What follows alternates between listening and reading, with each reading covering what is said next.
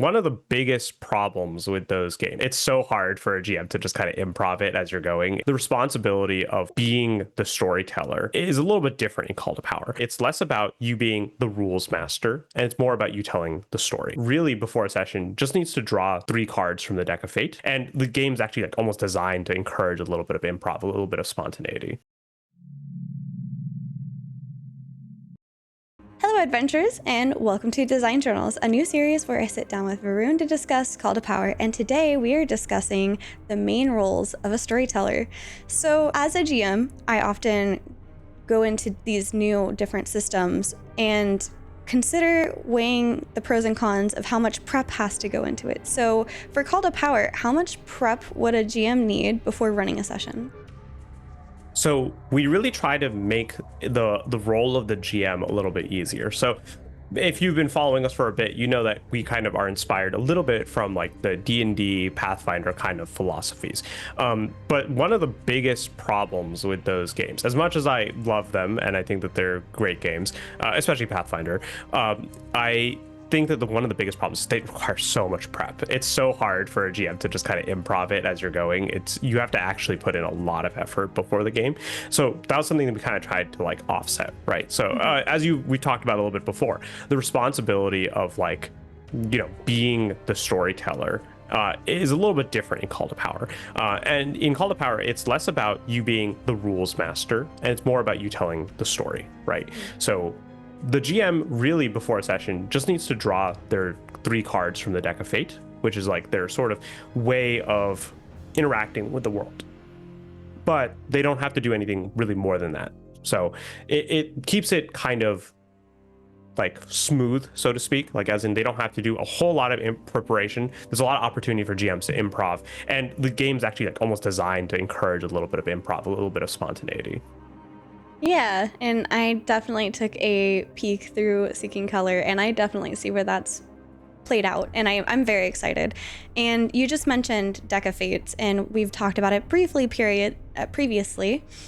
Are there any other tools or roles that a GM or storyteller might take on?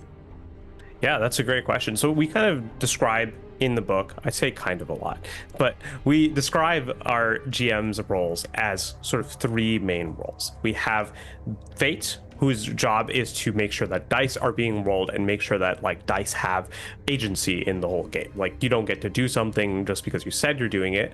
You're generally having to like deal with fate and the chance that you might fail. Then there's Death, whose responsibility is to make sure that when something dies, it actually stays dead, right? So one of the big things that's also, it's a personal opinion, but I think if you don't have a game where death matters, it's going to be hard to tell certain stories. Like what's the danger, right? If you're always going to live at the end of the day, like you don't have to really worry about like losing, so to speak. And I think if you want to tell a story like the ones that Call to Power encourages, like these sort of dark fantasy, like you might lose, you might not win, you need to actually have death be a thing. So that's kind of what death's role is, as whether it's a storyteller, whether it's someone else at the table, it's their job is to make sure that when someone dies, they actually stay dead. And it's actually supposed to be hard to resurrect people. It does happen, but it should be like one of those once in 100 years kind of like thing that happens.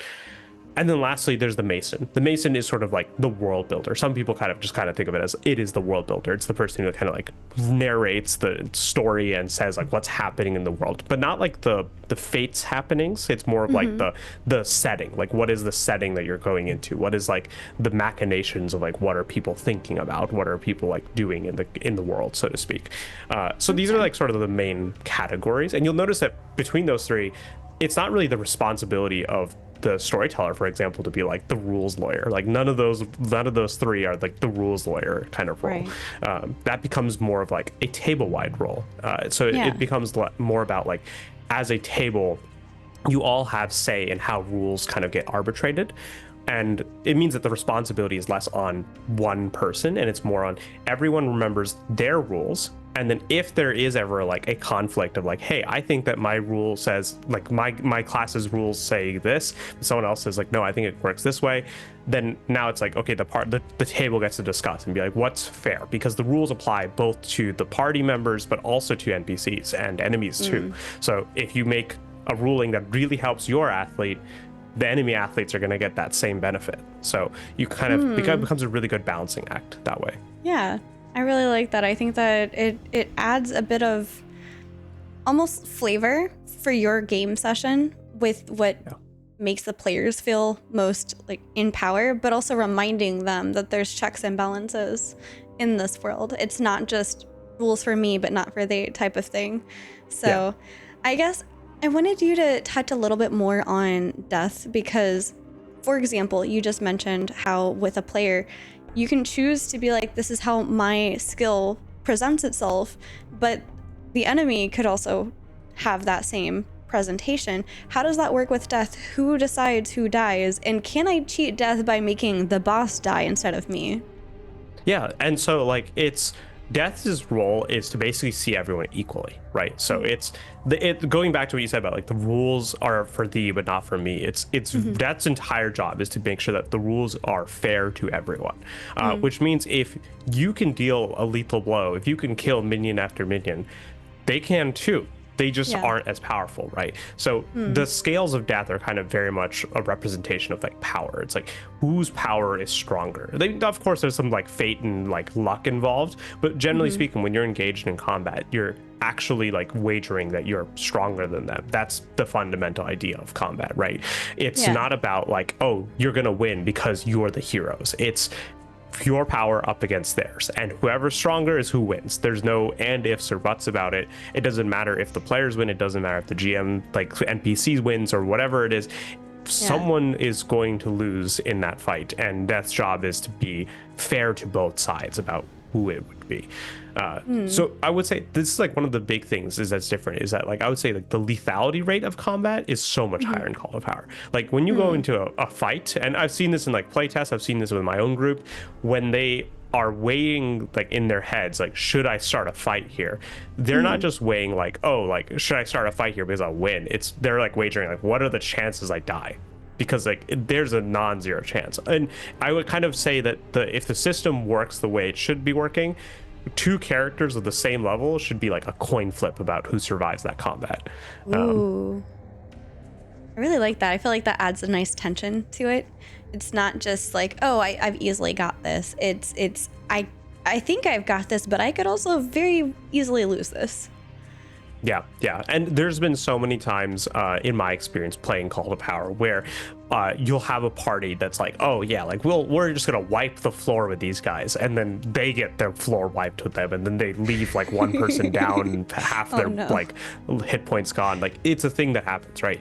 Combat is like every moment matters. Like it's kind of like in this way, like we've talked about like Call of Power has some Dark Souls inspiration, right? One of the things I really liked about Dark Souls, I kind of feel like I'm trying to replicate, I think I've replicated pretty well, is you can't just let your guard down. Even if you're really strong, even if you're super over leveled, you can still die.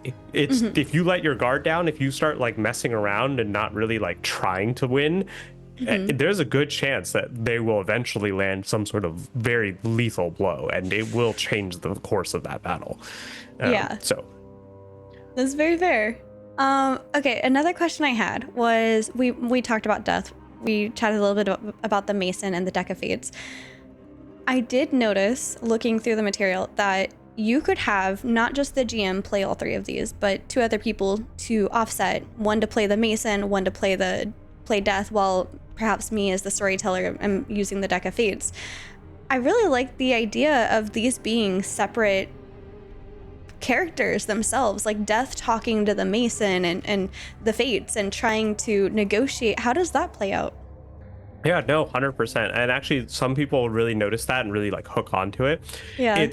We actually kind of say like, even if it's one person doing it, you should see them as three entities. You should see them as people who have different agendas, right? The role of Fate is to kind of have fun. The role of Fate is to be like, let's play the game, let's experience things, and let's actually not be sure about who comes out the other end. Like that's the fun of Fate, right? I kind of imagine her as like, her like Lady Fate, like Lady Luck, so to speak. Her role is to be kind of just like, let's play a game, right? And it doesn't matter about like it's not about death, it's not about life, it's just about playing, so to speak. Whereas Death is this more like serious guy, right? The Grim Reaper, right? He's there to be like, okay, we're gonna die. Like, people are going to die. And I Yeah. always kind of imagine them, like, when you're weighing that, when they come into conflict, right, it's very much like they have different agendas, right? Fate's about like what's more fun, what's going to be a funner story to tell, what's like a Yeah. more interesting thing to happen, whereas death Yeah. is more about like things have to end, right? It's more Right. like stoic, more serious, like death comes, so to speak. Yeah. And to be fair, we kind of say, like, the reason, one of the motivations for death, right, is death comes because some things have to die for other things to start, right? It's like sort of the natural cycle, of, so to speak. Like, everything has a time at some point. And there's like this sort of balancing act, right? So like fate can't resurrect people, but fate can kind of nudge people the right way to kind of tell a nice story that eventually ends up in resurrecting someone. And that's kind of a way that they can clash, but they don't step into each other's domain, right? I almost wonder, could fate and death barter? Yeah, there's like a kind of a common theme I use when I actually write some quests, is that like fate kind of gives you that like lucky, like, hey, here's a hint about how you might be able to bring back your dead friend. And I mentioned, like, it's supposed to be hard to resurrect people, right? Yeah. So it's like fate kind of nudges you on the path, and the stars sort of align to get you that way. But then ultimately the hurdles between where you start and that initial nudge from fate to where you actually resurrect someone, those are all death's domain of like, how can I kill them before they do that, right? Yeah. And so that's like kind of the implicit bartering, so to speak. That's really, really cool. Would you say, based on what we just talked about, that this is almost GM optional then? Or is it very much still there's a GM, but it's more shared, can be shared? I would say you actually could entirely just make this like GM optional, because ultimately, like, the only role the storyteller's officially responsible for is being these 3 roles. But if you distribute this across your table, right, instead of having like one GM, 6 players, you just had 6 players, and 3 of them are Death, Fate, and the Mason. You could entirely run the game that way.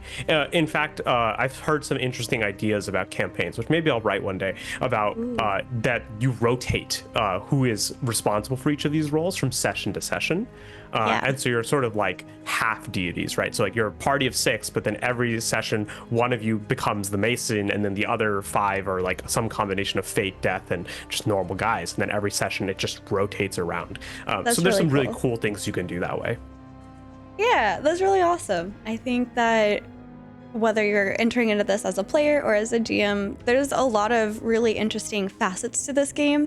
And the fact that it's so quick to just pick up and get running with it is just really, really nice. It's a breath of fresh air, especially if, let's say you do typically play another game like D&D, Call of Cthulhu, etc. And your player says, I don't really feel like doing that tonight. This is something you can immediately pull out and just go with it, and everybody's going to have a great time, I think. Yeah, no, definitely. And I think especially if you're coming from some of those like D20 systems, you're going to understand it immediately. Like, you read the thing, you're like, yep, I know exactly how this works. This makes total sense. Like, I think we have only like a couple of mechanics that are like, oh, this is like notably different. Like, we have, stances, we have our interesting damage rolling, we have our different way of approaching magic. We have some of those things, but like the basic idea of like, rolling a d20, you're adding some number, like everyone kind of understands that. And then you can look at all the abilities, and the abilities are kind of just changing how those interactions play out, like parries and ripostes and things like that, blocking and so on and so forth. That's really, really cool. All right, well, I look forward to diving deeper into your inspiration on the setting in a future video, perhaps the next one. But for now, thank you so much.